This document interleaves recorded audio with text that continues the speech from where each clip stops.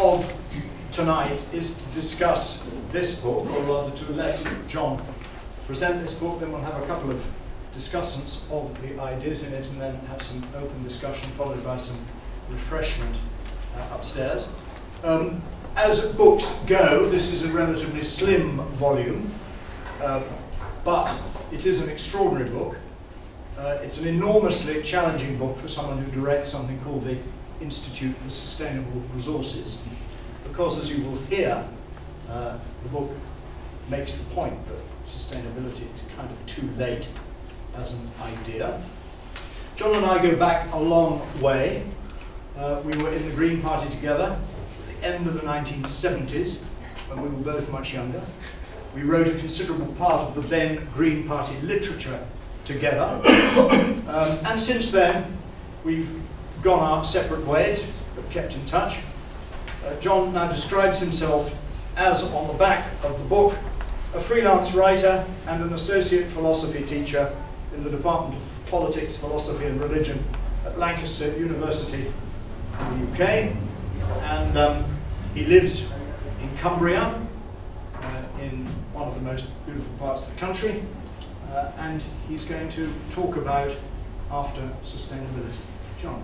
Thank you, Paul. That was an amazing effort at spinning it out. People don't mind me taking my jacket off, it is quite warm in here. Okay, thanks everybody for coming. That's my title, Life Beyond the End of Pretending, and that's my affiliation, as Paul has just said. This is the book which I have just published and which I am going to try and give an overview of. Hopefully not so complete an overview that people won't then want to go and find out what's in the book, and also quite a quick overview so that there's time for Jonathan Wolf and Will to make some comments on the book or what I've said. The book's called After Sustainability. Why after sustainability? Because the sustainability paradigm has failed. Most crucially vis-à-vis climate change. Not might fail, not is likely to fail, but has already failed. There was a brief window of opportunity when, as it were, on the sustainability track, we might, in principle, have averted serious and potentially catastrophic climate change, but that window has now closed. I think that you can show that with a few clear truths and some simple logic. So the first clear truth is if we don't keep atmospheric temperature below the 2 degrees C above the pre-industrial threshold, we're in for dangerous and potentially disastrous climate change. I take that as read, I take that as not a matter for debate or discussion in a context like this. If we don't drastically reduce global greenhouse emissions in very short order, we shan't do that. Third premise, this is the kicker. If we're not already very substantially embarked on the necessary drastic changes worldwide, we won't reduce emissions in time. Now Nicholas Stern recently reappeared and said 15 years, we've got 15 years. Which sounds tight, but possible, until you think of the massive effort of technological rollout, the utterly unprecedented global coordination, the quite unexampled political will that that would require. I mean, he might as well have said 15 minutes. And fourth premise, we're not embarked, very substantially embarked. I mean, I take it that that's just plain, despite the continuing bluster of implausible politicians and the permanently crossed fingers of the international sustainability elite. But if that's the case, then it just follows that we're already in for it. Now, this little syllogism is valid, and all the premises seem true. Why don't we recognise the truth of the conclusion? Why is pretending otherwise so deeply embedded? And here we come to the crucial issue of denial. Denial, not in the sense of, as it were, being ignorant of what's the case, but where you are aware of something but not able to admit it. At some level you're aware of it, but at some other level you won't admit it. For my analysis of denial, I draw on the late great Stanley Cohen, who in his book States of Denial identifies three kinds of denial: literal, interpretive and implicatory. These are my glosses on those. This is not actually how Cohen puts it, but I think it captures the idea. So literal denial says, well, no, there's nothing the matter, it's not real, it's not a problem. Whereas, deep down you know there is. Interpretive denial says, well, it's not actually that serious if we look at it a bit differently, if we just, cast it around a bit. And the implicatory denial says, okay, it's serious, let's not go there. Let's think about something else. I mean, you can't do that too blatantly, but there are lots of other ways of doing it. Well, we all know about denial, I guess, in relation to climate change. We know about standard denial. Standard deniers deny either the first premise of that syllogism, that if we don't keep average temperature down, we're going to have trouble, or the second premise that we've only got to have a very, very short time to do it. They try to deny that dangerous climate change is coming at all, or that the point of triggering it is imminent. And we can classify the kinds of denial that we meet and identify some of the deniers. So we've got, under that heading, the literal deniers, we've got contrarians, we've got the Lord Lawsons of this world. Interpretive denial, we've got corporations with vested interests. Here I name no names for fairly obvious reasons, but everybody will know who's at stake there. And implicatory denial, let's not think too hard about it. It is most of us, isn't it? Most of the time. All of us, some of the time. It's the thought that you need to push this to the back of your mind in order just simply to get on with life. As Dale Jameson said in his recent book, Reason in the Dark Time, which I strongly recommend to people, climate change can't be sensed, or it's easy to turn the senses away from the empirical evidence for it. So it has to be thought, and we're not very good at thinking. It's a lot easier not to think than it is not to see and feel. So that's implicatory denial. But denial is not just something the bad guys do. Okay? Let's consider the case of the Last Chance Saloon car. The Last Chance Saloon was Copenhagen 2009, where 25 to 40% reductions in emissions from the developed world by 2020 was represented. This was the expert brief for Copenhagen, was represented as our final opportunity to avert catastrophic global warming. Well, as we know, that didn't quite happen. But then what? Okay, so a couple of years later, we have Christiana Figueres saying the Cancun summit, the next one on, should be a wake-up call to the world. If we don't do something then, we're going to be in deep trouble. A bit later on still, the 400 parts per million threshold is a sobering milestone we've just crossed. It should be a wake-up call for all of us to support, etc., etc. And more recently still, the IPCC's 5th framework report says is a wake-up call. Okay, the point shouldn't need labouring that if every missed deadline is a wake-up call to the world, the global alarm clock is set pretty firmly to snooze. And by the same token, the Last Chance Saloon is the Last Chance Saloon car and just gets shunted on further and further down the line without ever meeting any buffers. Or to put this even more simply, is it too late? No, of course it's not too late, because if you think it's too late, where's the drive to act immediately? This is a quote from a lady called Grace Murray, who's an advisor on energy to the Greens and the European Alliance in the European Parliament. I don't pick on her and identify her to mock, but because she comes out and says clearly what I suspect very many activists secretly think. But of course, said that clearly, it's pretty obvious that there's something wrong with it, just as there's something wrong with, well, of course, the chocolate fudge cake isn't fattening, because if I thought it was fattening, I might have to not eat it. The same kind of, you know, making what you think depend on what you want is going on there. So this is the phenomenon of what I call activist denial. Activist deniers deny that. They are desperate to deny that the window of opportunity is actually closed.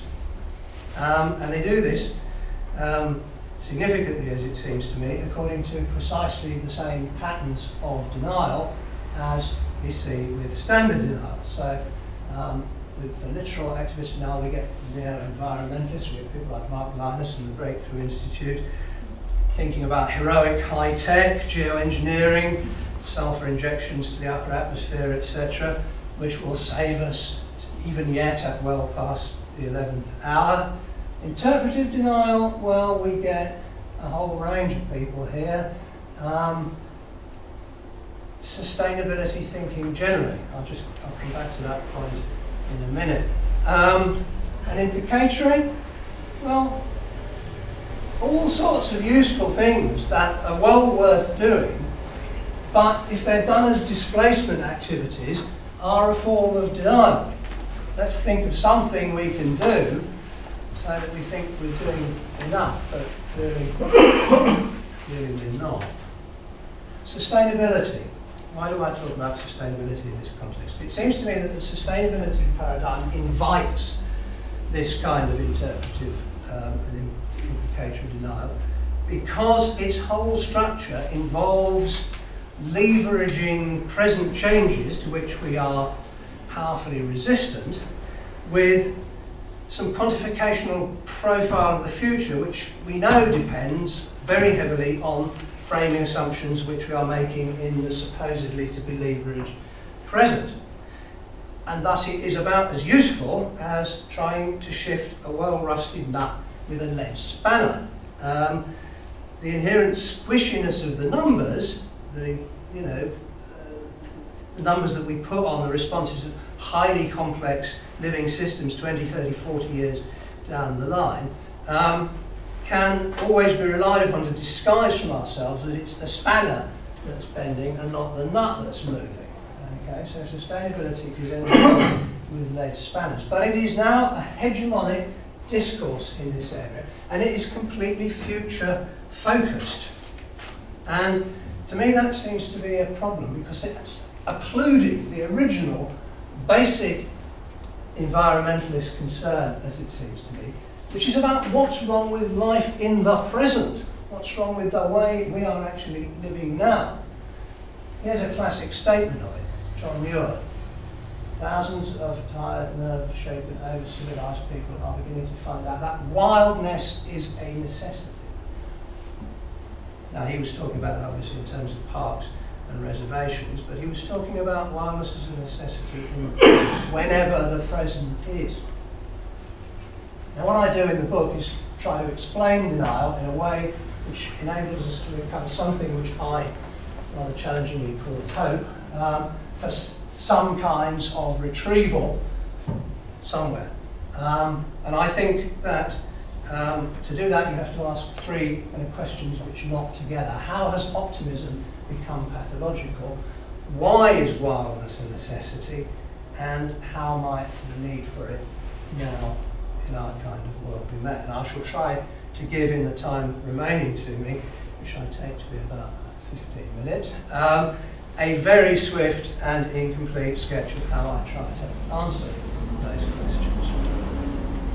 Okay, so the challenge is, how do you explain the full spectrum of denial? Psychology? Seems to have stopped.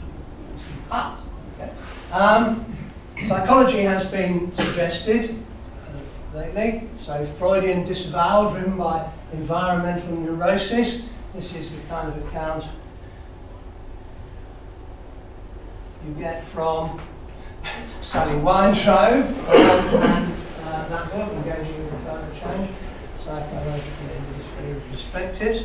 But there are other kinds of psychologically focused explanation.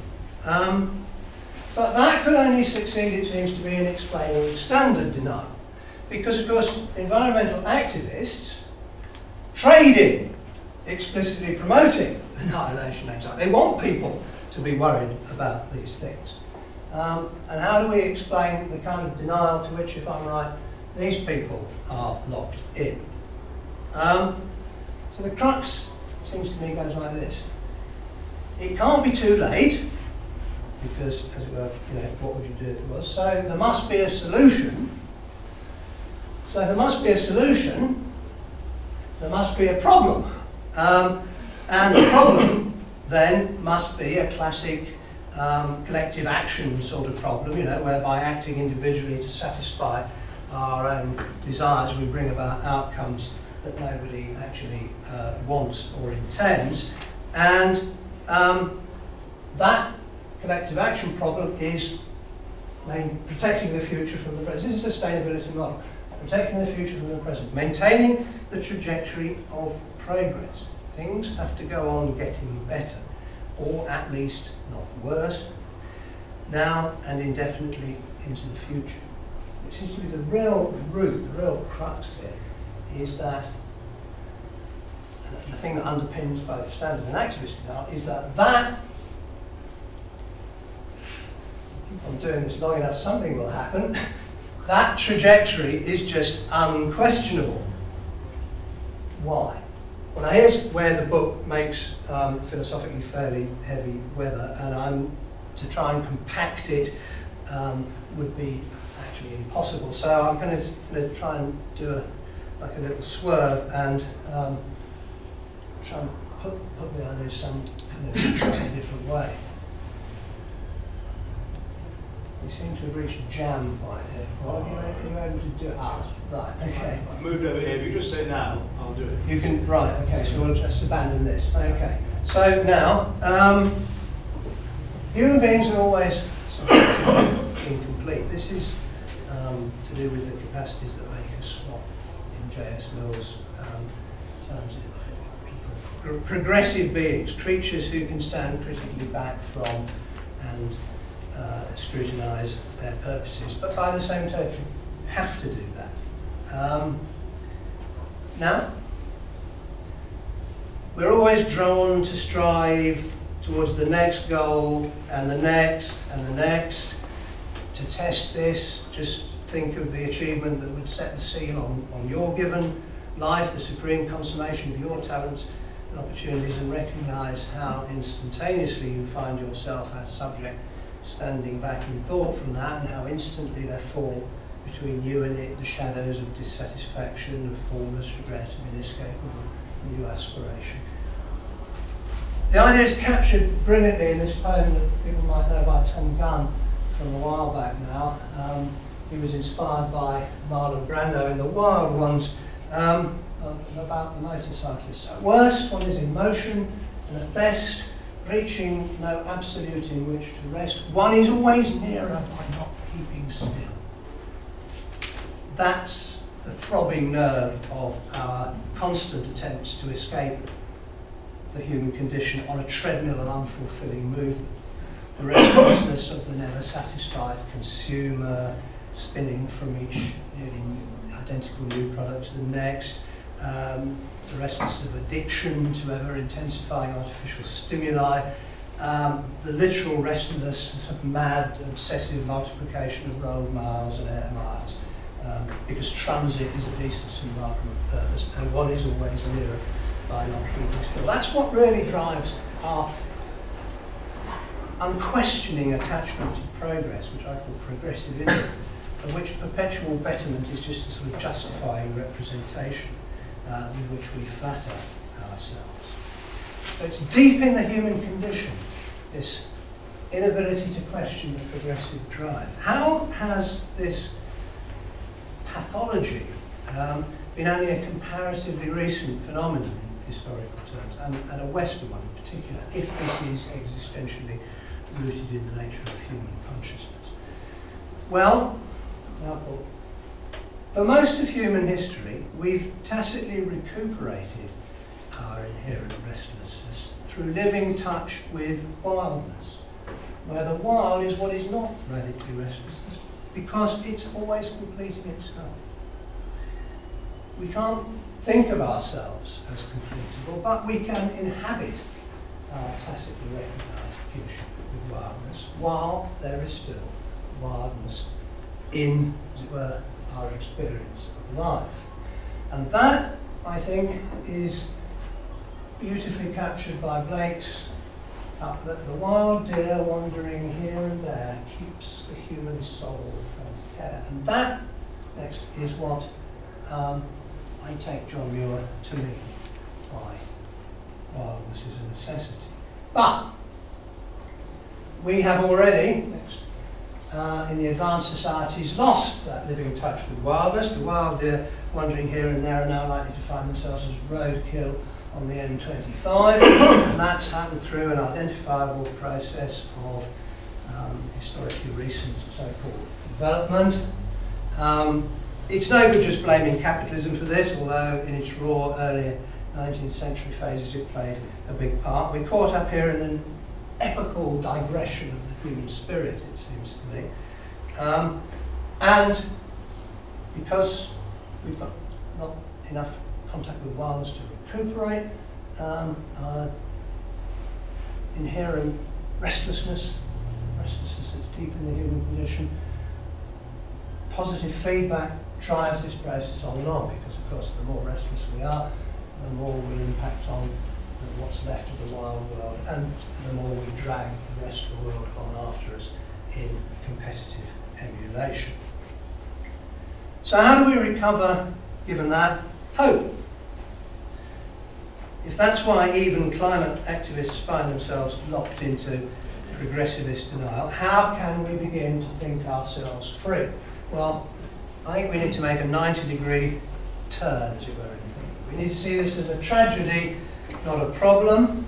We need to see it as about now, not the future, about wildness, not well-being, and about resilience, not optimism. It's not new information we need, nor even really new concepts, but we're turning our thinking with some long-established existing concepts through that 90 degrees. Let me say a little bit about each of those. So, recovering hope, tragedy, not problem. Tragedies involve terrible and uncompensated loss. Terrible loss, rising sea levels, extensive desertification, ecosystem breakdown worldwide, famine, epidemic, refugeeism on an epic scale. This is what we're contemplating. A perfect storm of food, water and energy shortages. That's not me, that's a former UK Chief Scientific Advisor, John Beddington. Okay? But it's tragedy because it's entailed by weaknesses inherent in key life strengths, and thus it's not something with a solution. Problems have solutions, if we're lucky. Tragedy has outcomes which must be endured, to be learned from if we can. Just as a way of getting your head around that, think about this. So A, B and C, they are your preferred characteristic benefits of our civilization, whatever they may be in whatever order. So they might be political democracy, sexual freedom, unprecedented personal mobility, reduced material poverty, gender equality, public health, whatever. Okay? And then X and Y, well, X is we are systematically vandalizing the only available habitat for our species, and Y is we have no idea how to make ourselves stop. It seems to be you put those together, and you know, if you're thinking straight, your A, B, C, whatever they are edged with horror. If it doesn't darken, for instance, personal mobility into some kind of restless, frantic scurrying, you're not thinking straight.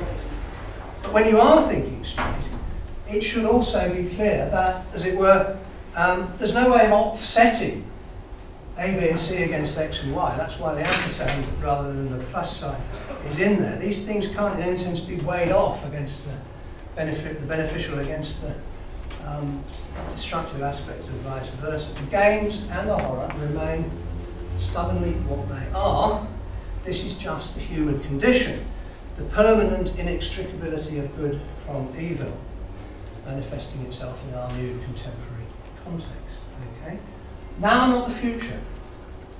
Environmental concern is about what's wrong with present living and likely consequences for the future, and disregarding our obligations to future people are part of what's wrong, but not by any means the whole of it, as the sustainability paradigm tries to make it. The nature we are already jeopardising is our own here and now, and the key responsibility we are neglecting is to our own deep selves and their necessary wildness. Now, wildness, not well-being. Well, well-being is about getting more out of life. Wildness is about getting life meaning back into life in the kind of way I hinted at before, inhabiting our individual and collective lives in ways that enable them to recapture that what lies beyond restlessness. But this is not rewilding. Rewilding is a sheep in wolf's clothing. I love that picture. You know, George Monbiot in his book Feral, where he's talking about stepping back, letting nature recolonise, you know, right to the point of letting there be wolves being reintroduced in the Scottish Highlands. That seems to me to be a fraud, frankly. Wildness, which needs to be heavily managed, as you know, wolves in any inhabited area need to be, is not really wildness at all.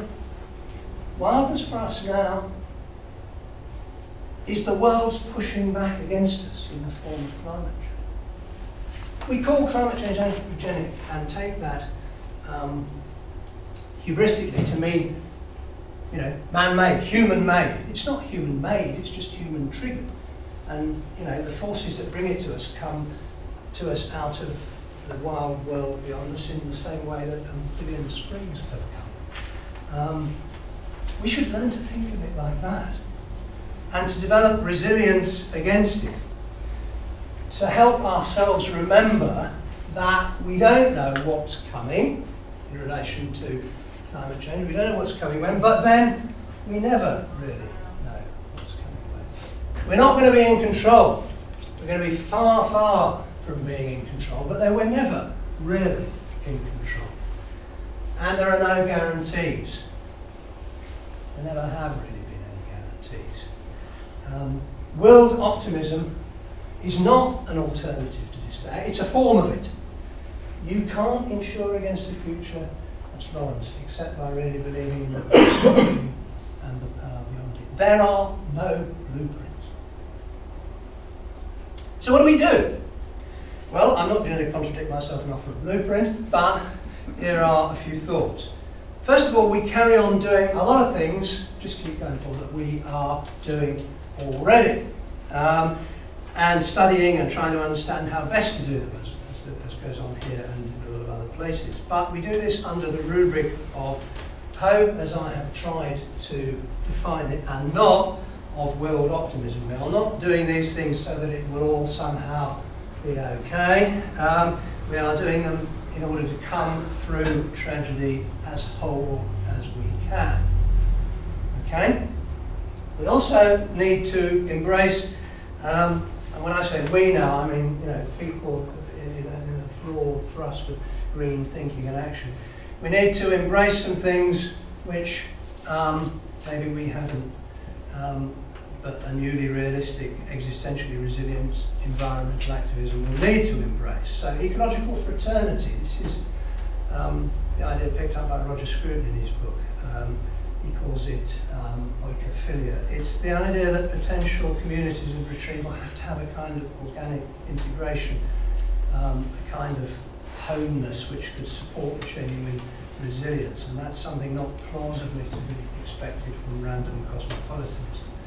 We also need to think about self-protection for the survival state in what is not going to be a UN-guaranteed world of international peace, love and mutual respect. And those two requirements have implications for thinking about immigration and population movement, for thinking about shared values, the relations between regional, national and supranational structures, and for attitudes to defence expenditure, for example, which Greens have so far refused to grapple with.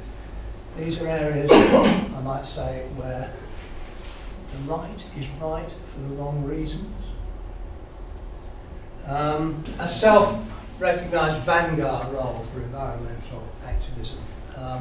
It's no good just plugging on with the ordinary democratic process of getting one MP in a specially favoured area after 30 years of trying. I mean, we're just trying to bail out the incoming tide with a teacup. Environmental activists need to be a whole lot more hard-headed. All this means thinking differently to enable differently configured action, and the book tries to offer some tools for freeing up our thinking about planning under uncertainty, about dealing with the unknown unknowns. Poor old Rumsfeld gets a lot of stick for that phrase, but actually it makes a lot of good sense. The unknown unknowns are things that we've got no way of knowing are coming over the horizon. How we think about education, how we think about authority and legitimation in the political sphere without being hung up on, as it were, democratic head-counting in a tele-populist context, and accepting the new global context. The book has stuff about that in it, but obviously I'm running out of time. But I hope I've given you something of the flavour of what I'm trying to suggest. I'm trying in this book to ask how we might find the sort of hope which could inform practical retrieval somewhere here and there in the world of something, as it were, in continuation of human civilization, after we have stopped pretending that we're somehow going to save all this, it's going to be all okay in the end.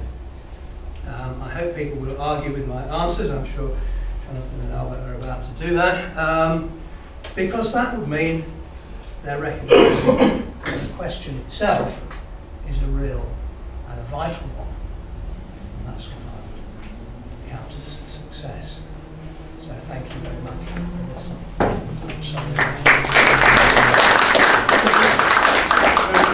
Thank you very much, John. You certainly don't need to apologise for this, as I mean, I as the resident UCL person should apologise for it. I'm fascinated with these ITs and information technologists just restart themselves when they feel they will, for no kind of apparent reason. But there we go. I'm sorry that that has interrupted the final bit of your talk. But I might just say, it just shows high-tech solution. Indeed. Yeah, we can't even make the PowerPoint. No, absolutely fascinating. Well, I'm clearly a pathological interpretive denier, and John would agree with that. I may have a few words to say about that towards the end, but I'm not going to say them now because we have two much better qualified discussants. One of the great joys of being at UCL, which I've only been at since 2009, is that when you want to have a serious intellectual discussion, the place is bristling with some of the world's best in various domains. And I think I can say, perhaps without fear of flattery, but certainly they'll probably be embarrassed that we've got two people like that tonight to talk about this book. I think Albert Wheeler is going to go first. He's Professor of Political Theory and Public Policy. Here, those two fields, political theory, public policy, clearly pretty relevant to the ideas that we've heard tonight. Albert, over to you. Thank you very much, Paul. Thank you very much for inviting me, and John, thank you very much for being the original occasion of this discussion. I'm not Ed Miliband, so I'm going to read my notes. I'm conscious if that's okay. So, just let me give first of all my summary of John's argument as I see it, and it seems to me to move in about 7 or 8 stages. So he begins, as he's been stressing tonight, by the claim that it's not only the vested interests who deny the implications of climate change, but even environmental activists share in that denial. For John, the underlying explanation of this fact is that there's a widespread belief in the myth of progress, which drives every discussion of future alternatives. And what's striking about this widespread belief in the future of progress is that it's held to by a pathological strength of attachment. That pathological strength of attachment arises from the attempts of individuals, ego selves, as John calls them in the book, to protect themselves from, quote, recognition of their own finitude. That people are running away from the prospect of their own death.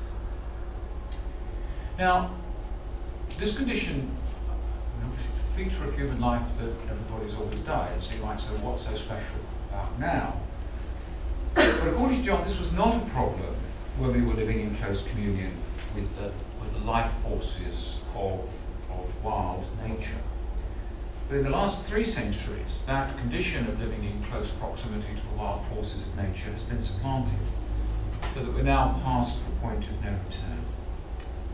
And given this, we must accept the inevitable, and we must develop this existential resilience, as he calls it, that will enable us to survive.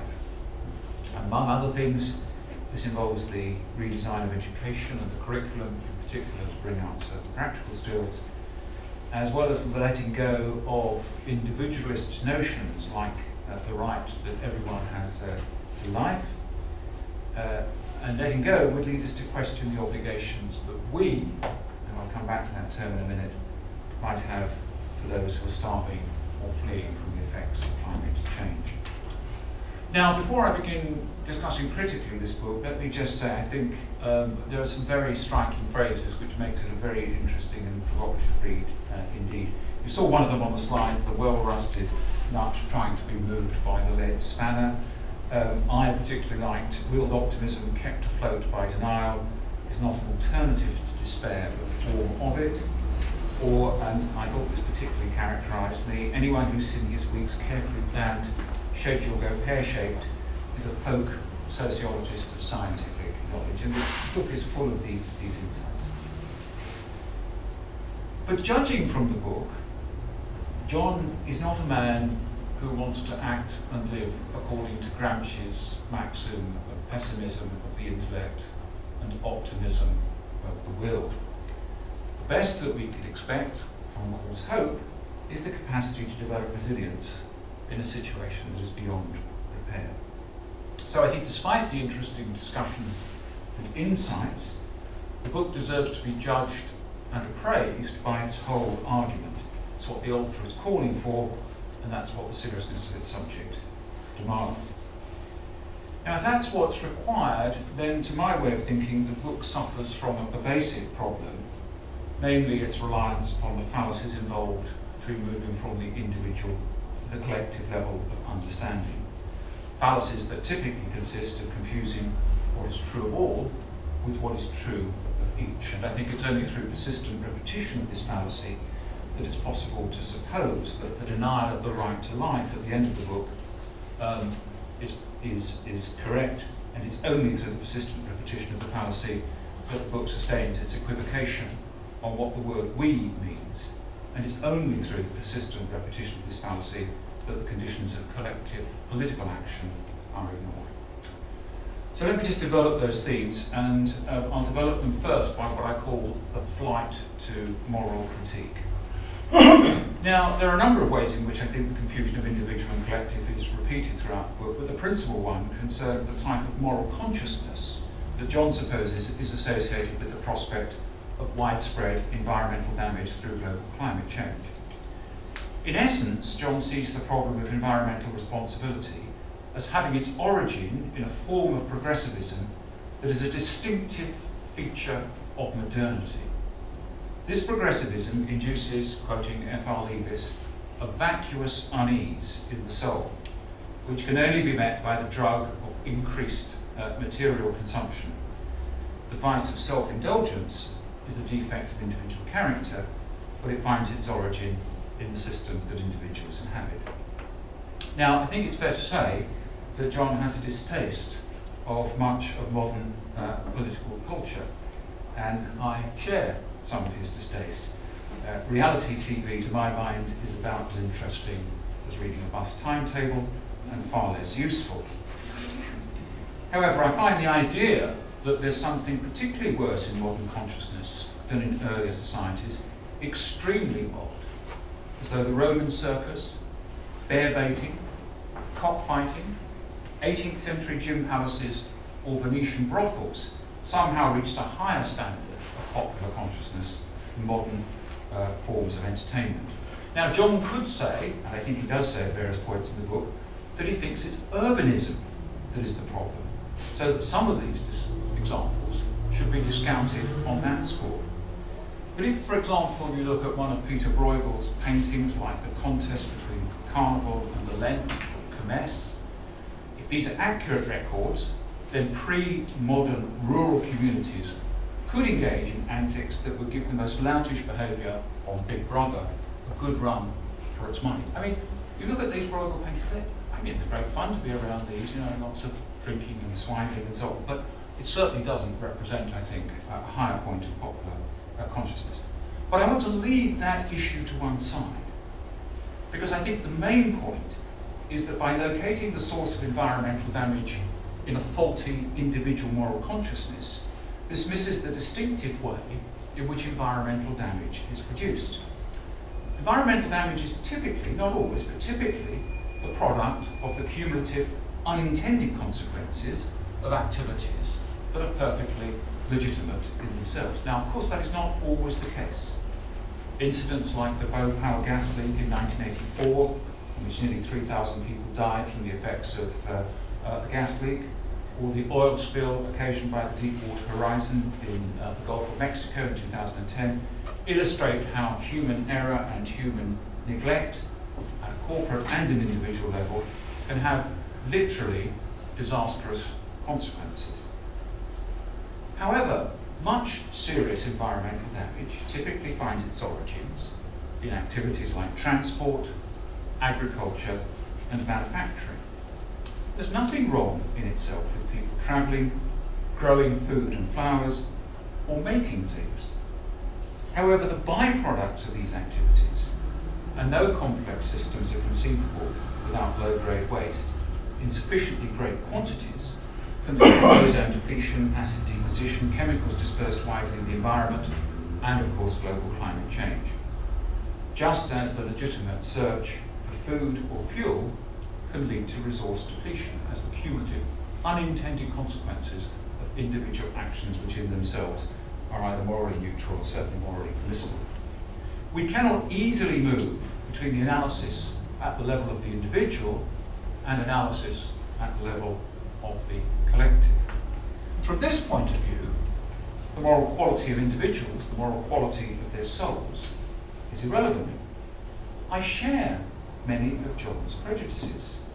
I see little point in people travelling from Manchester to Madrid to shop in H&M when they could have stayed in Manchester and shopped in H&M there instead. And I wish people would actually look at the pictures hanging in the galleries rather than take photographs of them on their mobile phones. But from the point of view of pollution, it doesn't matter if people are travelling in order to go shopping in H&M, or travelling to go to study the local architecture, or to admire the oil original. Whatever the intention, the pollution results will be the same. We have what now to our ears seems a rather quaint phrase, Reinhold Niebuhr's situation of moral man and immoral society. I now turn to an issue, I think, on which John admits that he's liable to hostile misrepresentation, namely his denial at the end of the book that there is such a thing as the human right to life. So the situation that he's envisaging, he was sketching this at the end of his remarks, is one in which vulnerable populations are fleeing the effects of global climate change, resource depletion, desertification, lack of food, lack of water. And we are confronted with the question, and the difficulties of being able to admit people as refugees from this environmental damage. And John wants to say that what needs to be recognised in this situation is that any invocation of duties arising from a right to life have no place whatsoever. On his view, there is no right to life in any strong sense. There's certainly not a right to life in the sense that there's a duty on others to render aid to those who are vulnerable. John does say that he thinks that there's a right to life in the negative sense of there being a right that we have that others refrain from attacking us. And so it's in this context and this denial of the right to life that he argues that we may have to face up to the situation that we should not help others in order to protect ourselves. I've got 2 points to make about this.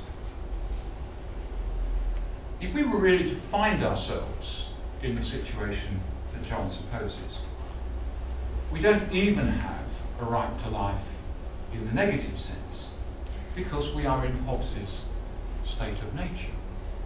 We are in a situation of war of all against all.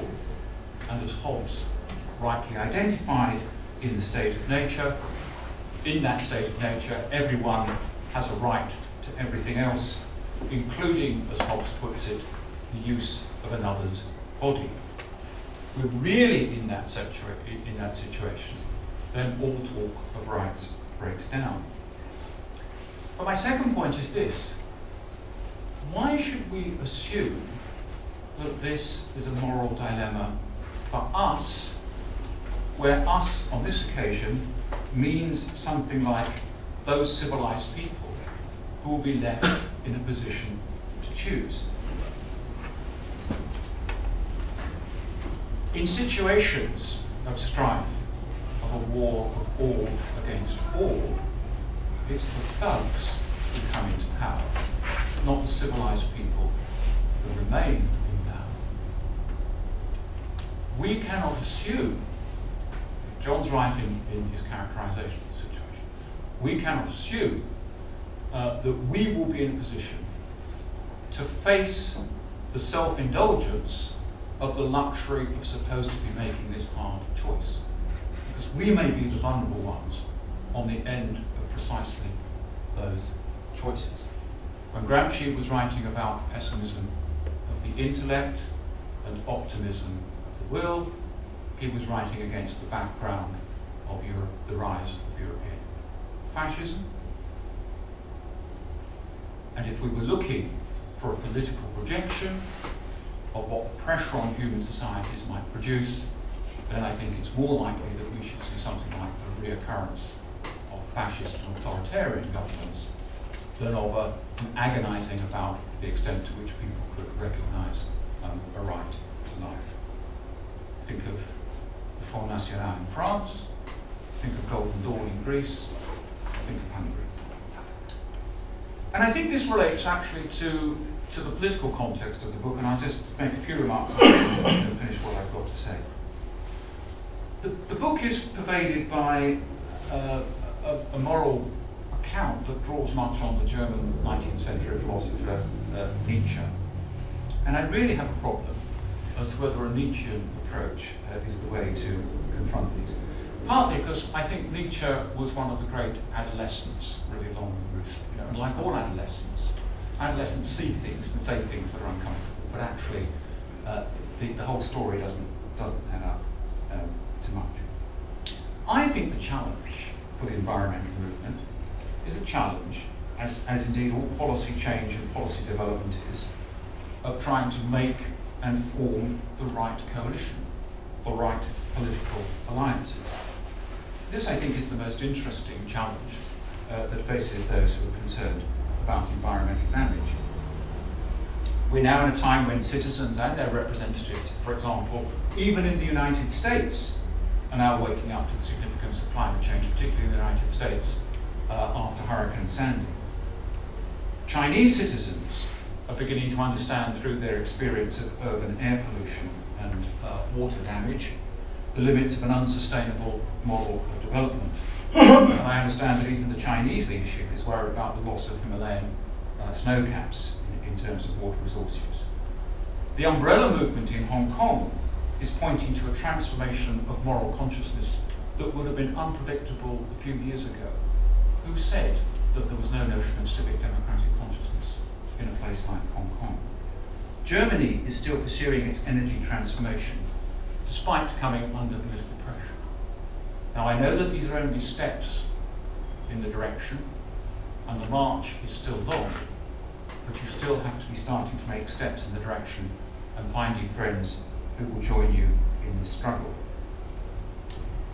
In regard to the first Iraq War, Mrs. Thatcher famously went to see George Bush and, as the journalist put it, sought to give him a backbone transplant.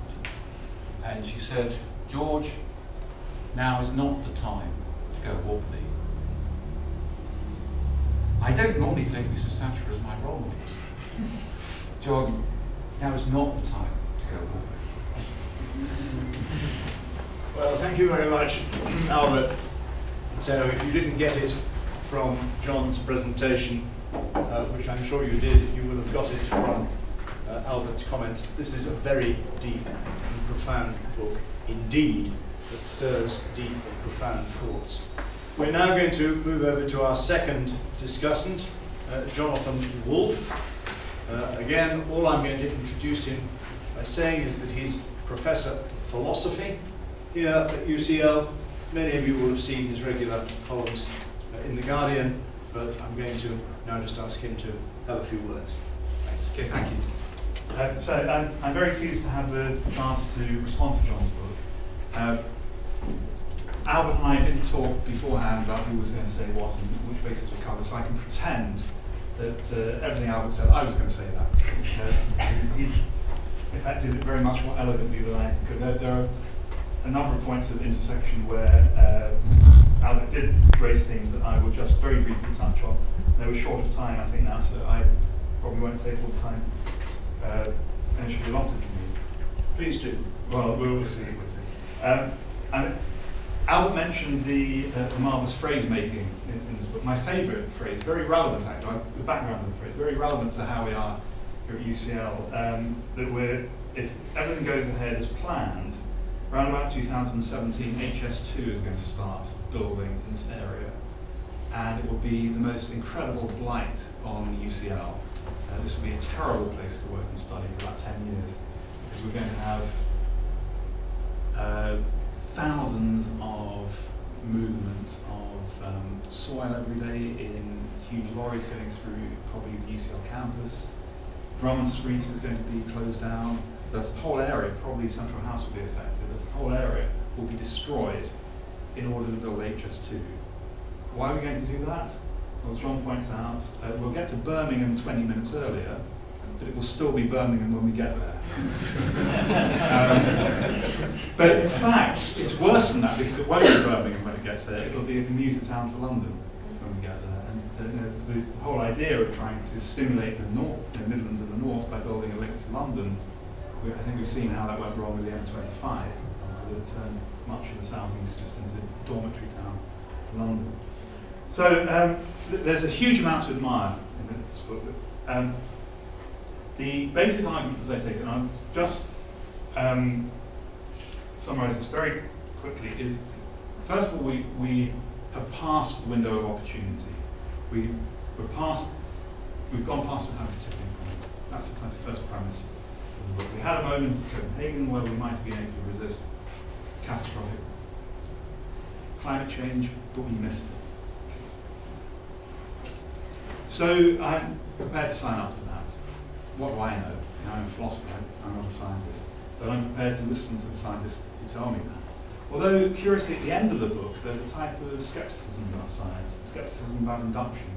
This idea we don't know about the future. So I'd like John to say a bit more about how the beginning of the book and the end of the book match up, because there's a type of certainty at the beginning that we know we've gone past a certain phase, and at the end, we're given hume on induction, we can't predict the future. So that much I wasn't, I needed a bit more help. So we passed the tipping point, But it's not out of ignorance that we knew we were on the way. At least scientists, policymakers, people in positions of influence knew that. So it's a really good question. Why did we let this happen? Why have we pursued progress to the point whereby we are going to be ruined? We have already ruined the Earth on this basis. So I think that is a fantastically important question. John gives us an answer, and so part of what I'm going to be thinking about, in fact most of what I'm going to be thinking about, is whether he's given us a good answer to that question. Because we have this notion of pathological progressivism at the heart of the analysis. Albert's talked about this, John talked about it. I have to admit I didn't completely grasp it in the book. I've got more grasp of it actually from a very short summary. So sometimes giving a very short version of something is much better than giving a long version. So as I understand the argument now, and I may have got this wrong, is that there's this type of subjective incompleteness, that I understood from the book. There's something about the human condition related to the fear of death. There's something about that subjective incompleteness. It was illustrated by John today with this idea that whatever you achieve, you think that's going to be enough. It turns out not to be. You think, I'll die happy if, and you won't.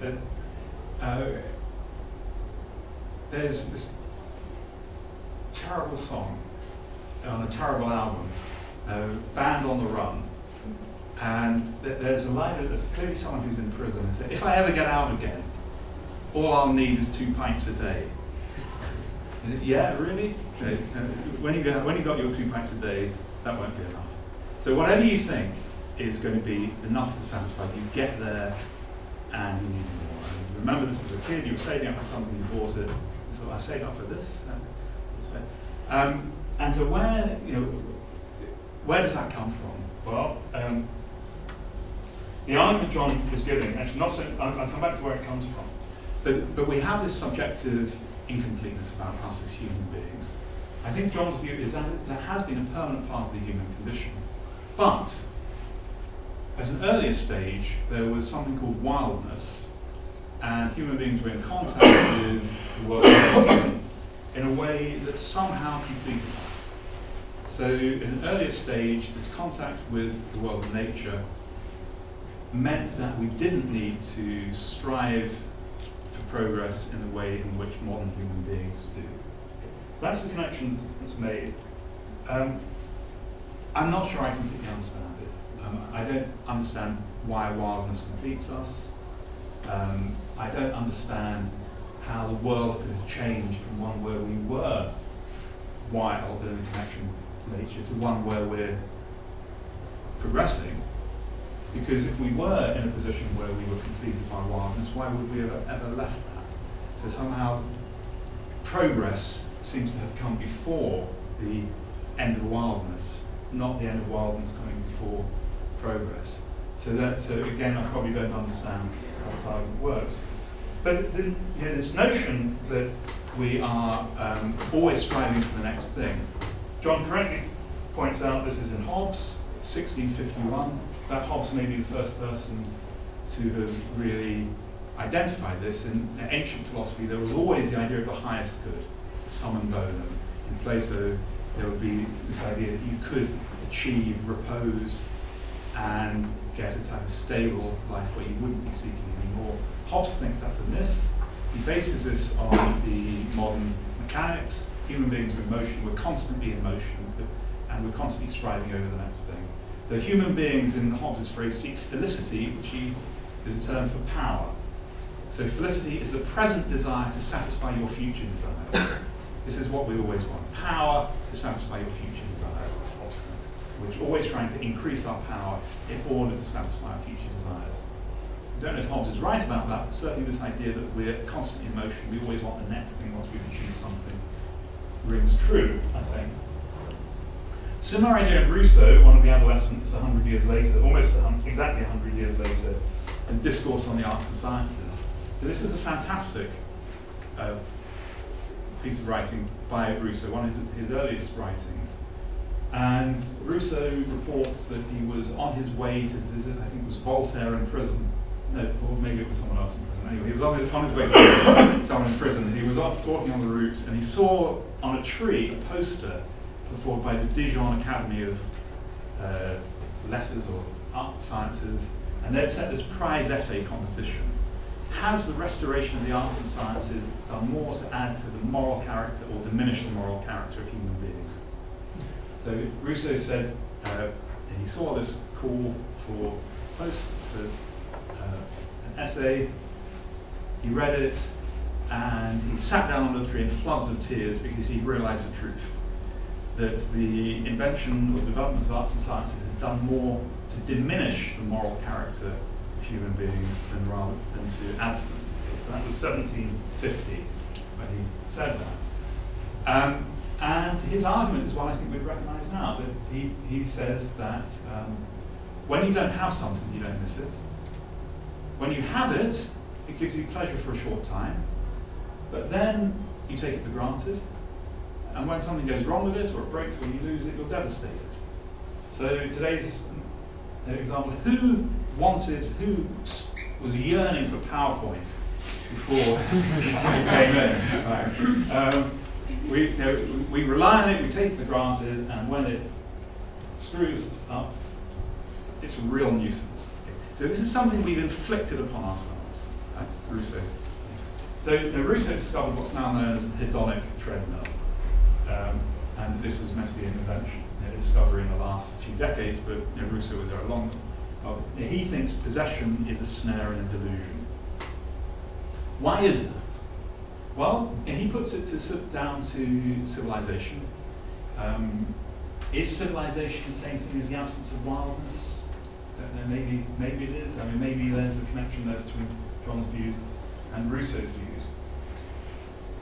So perhaps there is a common view there, but I go back to the point: is this the best explanation of why we seek progress? And again, I think there may be an individual and collective dimension to both of these things. So, true, Hobbes says that we are always striving for the next thing, always striving for the next thing, we always want more. Did Hobbes mean by that we always want more technological development? Well, I don't know about people in this room, but I'm not sure that we do want more technological development. Now, suppose Apple said iPhone 6, that's the last one. There's never going to be an iPhone 7, iPhone 17. Who cares? Suppose you're stuck with current technology. Okay, you've got your DVDs, you've got the internet, you've got PowerPoint if you want it, you've got all this. Who's striving for more for that? Okay. So I think the way in which we're striving individually is not in terms of wanting technological development. Maybe if you're an inventor, that's going to be important to you. That's going to be your personal goals. What I want to do.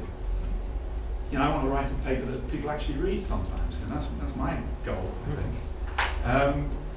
So we can have goals within existing technology as an individual. So where does the strive for progress come from? Maybe there isn't one. Maybe it's an unintended consequence of individual actions. Although I don't think that's a full story. The testing point for me really is, how was I meant to react to the recession? What feelings were I meant to have when I heard that growth was slowing down? We're in a period of negative growth. So from the, I'm not an environmental campaigner, but like many good-hearted middle-class people, there's an aspect of me that thinks, fantastic, there's no growth. So therefore, there's less despoilation of the environment, fewer emissions. This should be fantastic. So we should be celebrating. I don't remember very many people celebrating the absence of growth. Why not? Well, it may be because people were just confused and thought somehow the absence of growth was a huge problem and the whole world was going to collapse if the economy didn't keep going. But I think my own view was this is a real problem because it's going to cause unemployment. Not that I want growth for the sake of growth. I don't want growth, but I don't want people to be unemployed. And we don't know how to keep people employed without economic growth.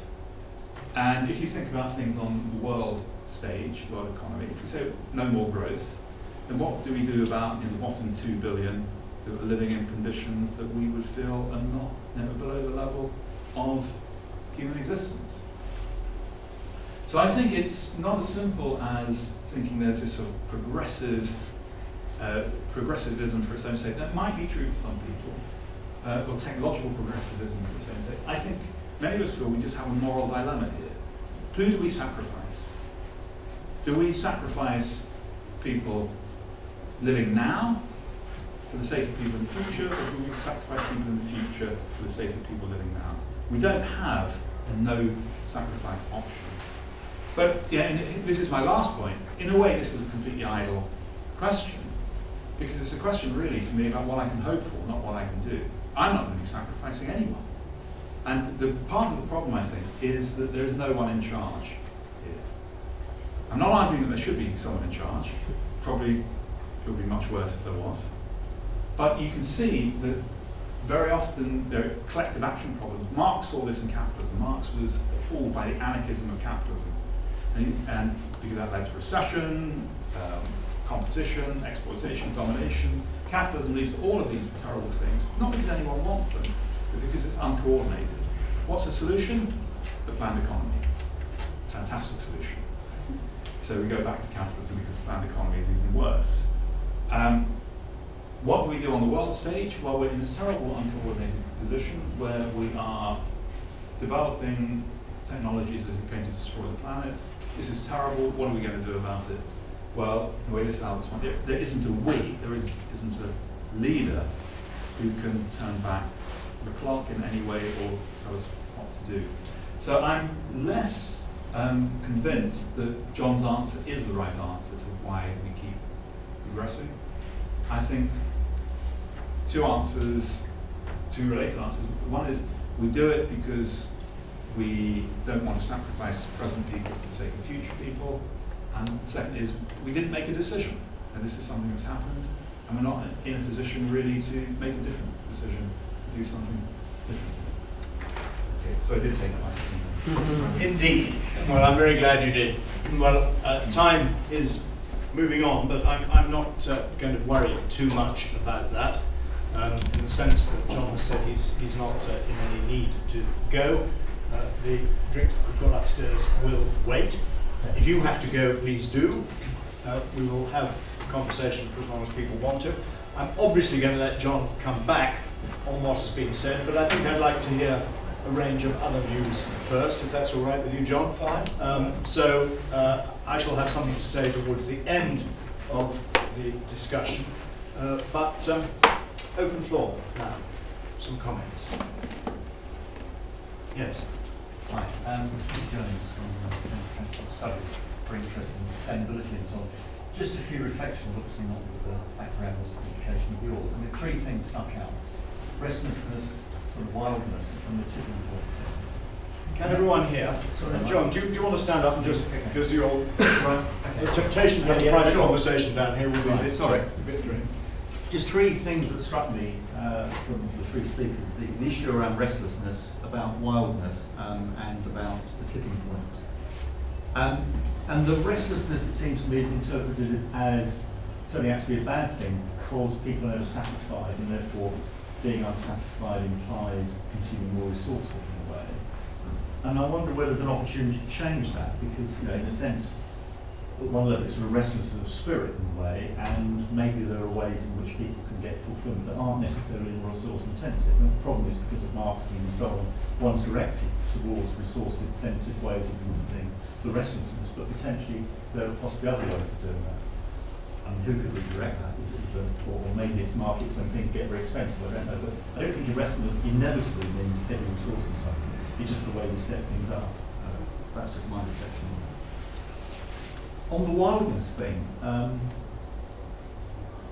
again, this is from England, it's not really from Norwich, but I'm just wondering in a sense whether you're thinking back to much earlier societies which operated more as communities rather than individuals, and you had wise men or whatever, and there was partly because of the lack of technology, but partly also maybe because of the the religion of that particular tribal society, there was a sense of being in balance with nature and being part of nature, and therefore if you were damaging nature, you were damaging yourself.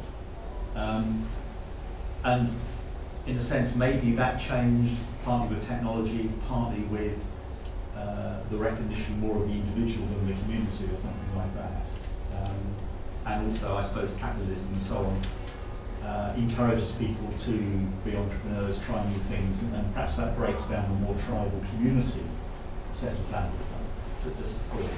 I mean, the third thing about the tipping point, as you were talking, it struck me, it seems to be endemic nowadays. I mean, you know, even the Ebola thing recently, Medicine Sans Frontier was saying a month or 2 months ago, if we act now, we can deal with it. And people are beginning to act, but you know, it's got more out of hand than it needed. I mean, people acted earlier. Or you might even say in Syria that people talked a lot about it and didn't do anything, and now the thing's really blown up because people didn't do it. I don't know whether things have always been like that, or whether that's something to do with democracy, in the sense that politicians now, I get the impression more and more politicians seem to be following rather than leading. They seem to be seeing where people want to go and saying, I'll take you there, rather than actually saying, look, this is a serious issue, I want to lead you there. And of course, there are exceptions like Mandela and people who, in a sense, are greatly respected for that, but the average person hasn't really got the sort of guts to go out and do that, wants to sort of make sure that they're following rather than leading. So I don't know whether that's to do with the point, but as I say, I don't think it's just on the environment. I think on many things, people wait till it's almost too late, or until enough people are convinced there's a problem before they feel they've got the confidence to act politically, and by that time it is almost too late, because in many of these things one's got to look in a more foresighted way and actually prevent something. And of course, once you do that, you know, in a totally different thing in my area of transport, a very different example, in Singapore in the 70s, they introduced congestion charging to deal with congestion problems. It was very effective, and now the population says, well, we don't have a problem, why can't you take it out? In the sense, of course, that's the point, that it works because you haven't got the problem because you've dealt with the problem, but you can't really prove it without taking it out to show the problem to come back. And I wonder if that's part of the issue here. Singapore has got a slightly different structure where they can actually make a decision and sort of semi-impose it. So I wonder if that's part of it. Anyway, I'll tell you myself. Okay, thank you very much, Peter. Any other comments on this? Yes. Yeah, this is just for John. When you talked about just at the end environmental activism needing to become more hard-headed, what kind of things did you have in mind? And do those kind of hard-headed actions involve people essentially probably or potentially sacrificing themselves? Because there are a lot of, for example, environmental activists who try to do things and they're kind of either silenced or in some way. Good question. Okay, we'll let John think about that one. Any other thoughts? Yeah, yes. I guess my comment is that quite an important premise to your argument is that we are failing in dealing with climate change, and it is inevitable that there will be catastrophic climate change. And I guess I'm thinking that in a way you are guilty of the kind of fatalism which you strive to remove in people in saying we don't know what the future is. That's one comment. And then the other is simply that the latest research from the IPCC, which is the scientific authority of climate change, claims that there are possibilities for mitigation. So where is your argument for it's the end is nigh? Thank you. Any other thoughts? Yeah. Do say who you are, where you're from, so we kind of get to know what the community is. Mike Fell from UCL. I just wondered if maybe you don't think it's relevant, but something like geoengineering, for example, where even if you are potentially beyond some tipping point of carbon emissions, that could be reverted somehow. Is that what does that fall out naturally from the sort of point, John, that you're making? Is the question. Okay, thanks. Right, I sense that we may be getting ready for John to wrap up. I'm just going to toss my own 2 pennyworth in here, because obviously I've been grappling with these kinds of issues for as long as he has, and come to slightly different conclusions, but only slightly. it seems to me, it is certainly a bit of a puzzle to me as to why, with all the evidence that we are committing such grievous damage on the natural world that supports us and that will be required to support 9 billion people, which is the demographic, why it is that policymakers do not take that more seriously. So that's the first kind of puzzle. And clearly they don't take it seriously because the public doesn't take it very seriously. And you ask people what their top concerns are, these concerns about the environment are relatively low down. I think John has a point about the pathology of progressivism.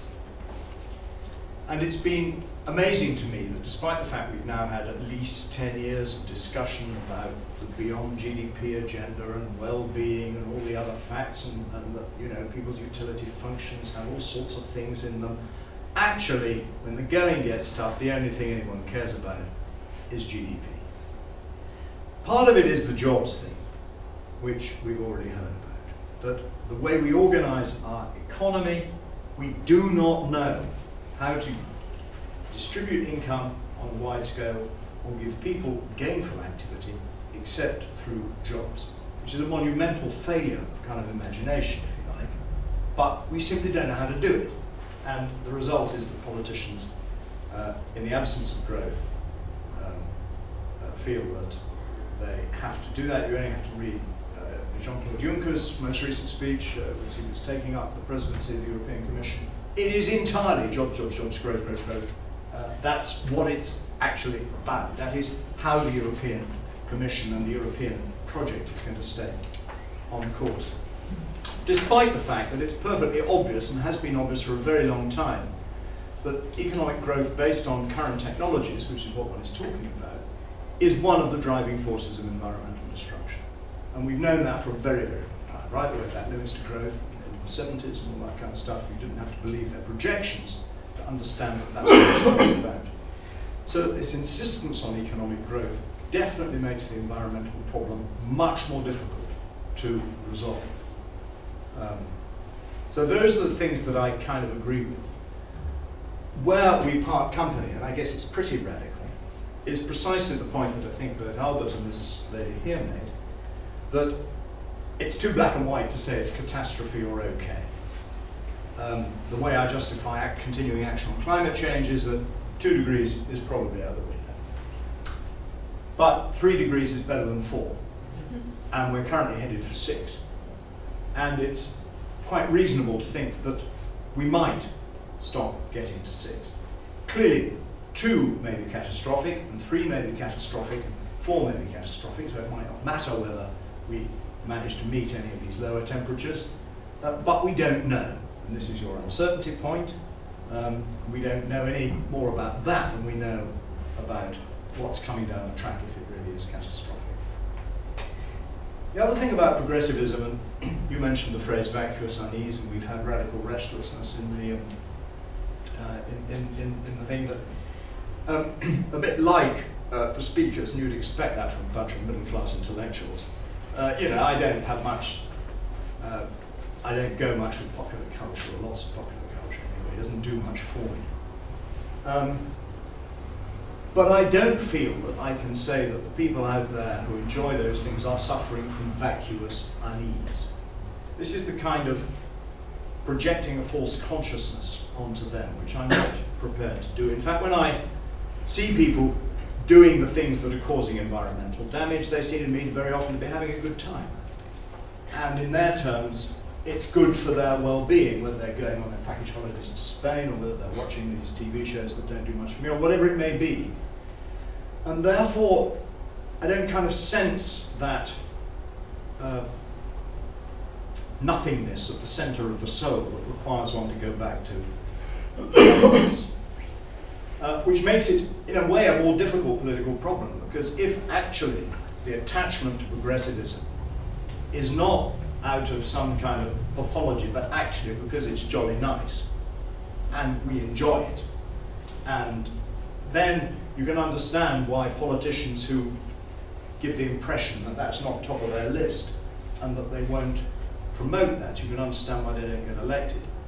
And both John and I have had our fair share of knocking on doors as Green Party candidates back in the day, and we've discovered, I certainly discovered, that when you suggest to people that actually perhaps they don't want a new motor car, it would be better to have some other aspects of their lives that were more meaningful, well, we didn't get elected. So perhaps we were not too surprised about that. And so I think that's this striving for more, I think, is a really interesting point, and the point that was raised about, you know, what would happen if there wasn't an Apple 7. Well, the capitalists among us and the entrepreneurs among us would think that people were missing an opportunity to make an awful lot of money. And the desire to make an awful lot of money seems to be quite an important aspect of the motivations, even among people who have an awful lot of money, who have more money than I can even imagine. They nevertheless seem to feel that their life's mission is to make more of it. And I guess that's the dynamic of capitalism. It's a dynamic of the capitalist system in which we live, as well as being something which, if I was a philosopher, I might trace back to Hobbes, was understanding something, but I was glad to hear that, because it obviously was an articulation right the way back there. So I think that's all I'm going to say in justification of being a pathological interpretive denialist. And I'll ask John to just wrap up the proceedings.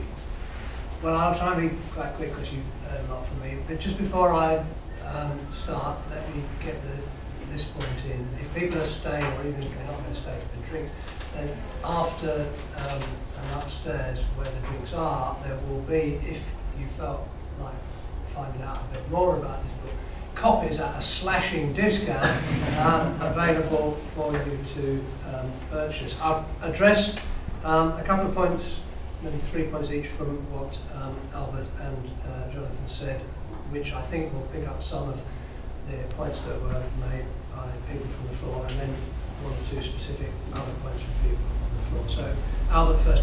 And I'll try and be pretty blunt and quick. So, of course, there's been sin and nastiness and gin palaces and so forth in the past. What there hasn't been is the vacuity and meaninglessness that characterises our civilization. You might disagree with that. That's maybe just a conflict of sensibility, a conflict of thought. On the individual collective thing, Albert says there's nothing wrong with individual people travelling, the collective, systemic, the aggregation of this activity through the collectivising process, which is what impacts on the planet. I deeply disagree with that, and a lot of the book and the chapter on environmental tragedy and virtue ethics here is radically to do with this. I think there is something deeply wrong with people travelling to get away from themselves, even if they're having a good time doing it. And it's because that is now massively the most general reason for people travelling that we get these impacts on the environment. So I don't think the disconnect between the individual and the collective works. The thing about the right to life. So this was the hardest thing in the book to write. I think the attempt to really think about what we could do, what we could really do in a massive climate-driven global refugee crisis is typically just closed down by people thinking, well, we can't deny people, you know, access because they've got a right, we've got to respect them, you know, a universal right to life. But biogeophysically, there will be places where, you know, retrieval of some kind of continuity of human civilization will be possible, and there will be a lot of places where it won't, and the places where it will have to be kept ecologically functional, because if they aren't, nobody wins.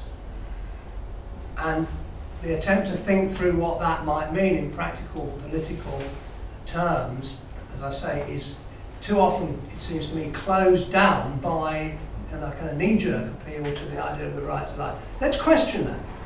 Let's challenge that. I might be wrong. Jonathan, scepticism about induction. Well, yeah, we know about the future in broad terms in all the ways that Hume says we do, but what we don't know is anything like the kind of detail that we would need to be in control of a situation like what's coming.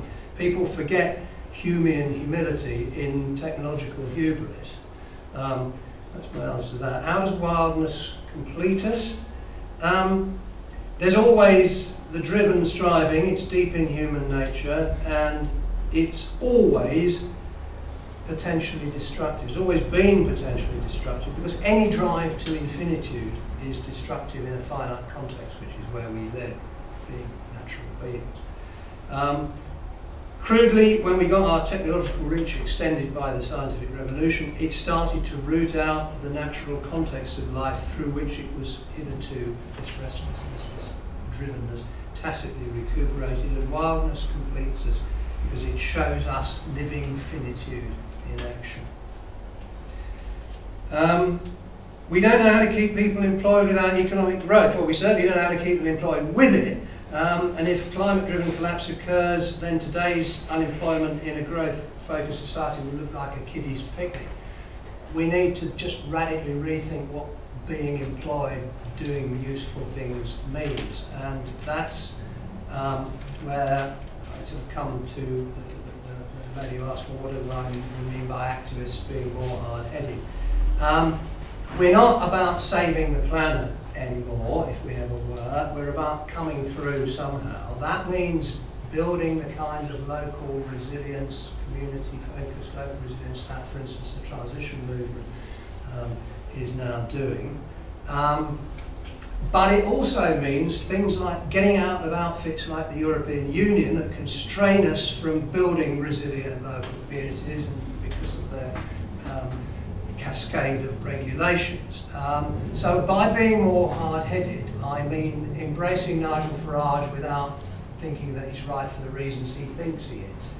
It means a closing of sort of at the moment environmental politics is shrill femi-lefty stuff. Think Caroline Lucas. There needs to be a lot more political hard-headedness, it seems to me. Geoengineering. Yeah, okay, in principle, and one hears a lot of persuasive stuff written, but remember that this is going to be run by the people who brought you the global economic crisis, the people who brought you Iraq, you know, the people who make the bugger's muddle of everything they touch. Human beings can't do it. They can think about it.